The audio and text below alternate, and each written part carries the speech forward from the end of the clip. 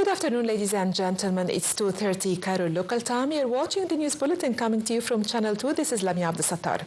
Arab League Secretary General Ahmed Abul Ghaid said that the Arab League was the Arabs' voice along 80 years and was always a force of defending a fair cause that had an Arab consensus without any doubt over decades, which is the Palestinian cause that's currently facing the most dangerous and powerful threat to liquidate it. Abul Ghaid remarks came on the 80th occasion of the anniversary of the founding of the Arab League. In his statement, Abul Ghaid pointed that the Arab League was always the organization to which everyone belongs, adding that the Arab civilization and culture is always looking forward to the Arab common future. He said that the Arab League was always a fence against attempts to change the identity of this region.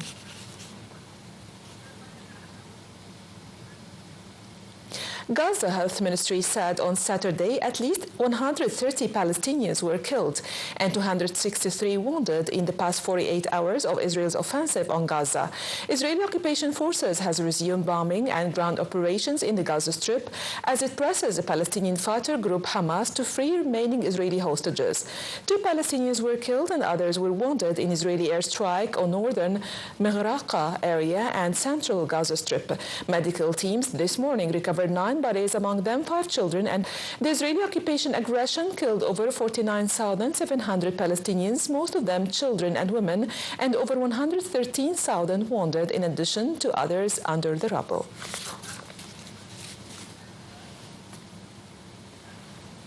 Hamas said it was reviewing a U.S. proposal to restore the Gaza ceasefire as Israeli occupation forces intensified a military onslaught to press the Palestinian fighter group to free remaining Israeli hostages. U.S. Special Envoy Steve Witkoff's bridge plan presented last week aims to extend the ceasefire into April beyond the holidays of Ramadan and Passover to allow time for negotiations on a permanent cessation of hostilities.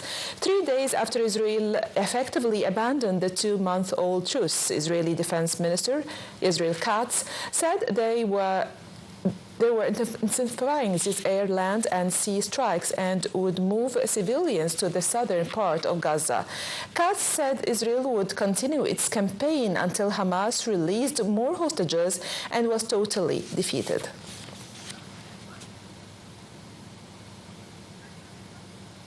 Israeli occupation said it would respond severely to an attack from Lebanon after they claimed that rockets were fired into northern Israel Saturday morning, a day after it vowed to increase intensity of its operations in Gaza. Under the ceasefire reached in November, Israeli occupation forces were supposed to withdraw from all Lebanese territory by late January.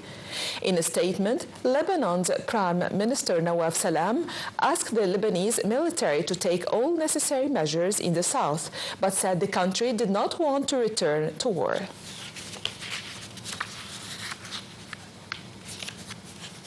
The Israeli occupation army said it had struck 2 military bases in central Syria, including one in Palmyra, after a war monitor reported that the air base in the city had been targeted. Earlier, the Britain-based Syrian Observatory for Human Rights said that Israeli occupation warplanes targeted the Palmyra military airport.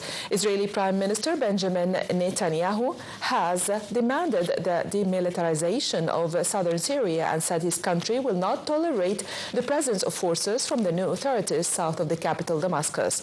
Syria's foreign ministry has accused Israel of waging a campaign against the stability of the country. Sudanese Army Chief Abdel Fattah al-Burhan said there would be no talks with the paramilitary rapid support forces until they retreat and lay down their arms after his forces recaptured the presidential palace in Khartoum. Meanwhile, Sudan's military said Saturday it seized several key buildings in central Khartoum, including the central bank, from the paramilitary rapid support forces following its recapture of the presidential palace.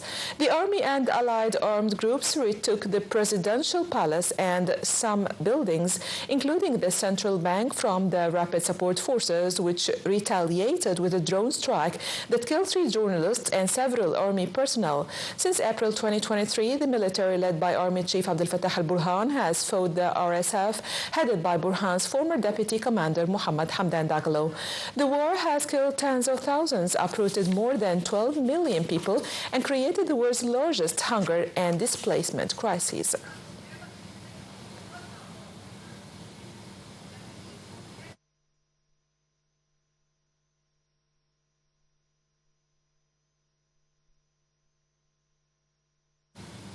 By this, ladies and gentlemen, we come to the end of our bulletin. Thank you for watching. Stay tuned for more.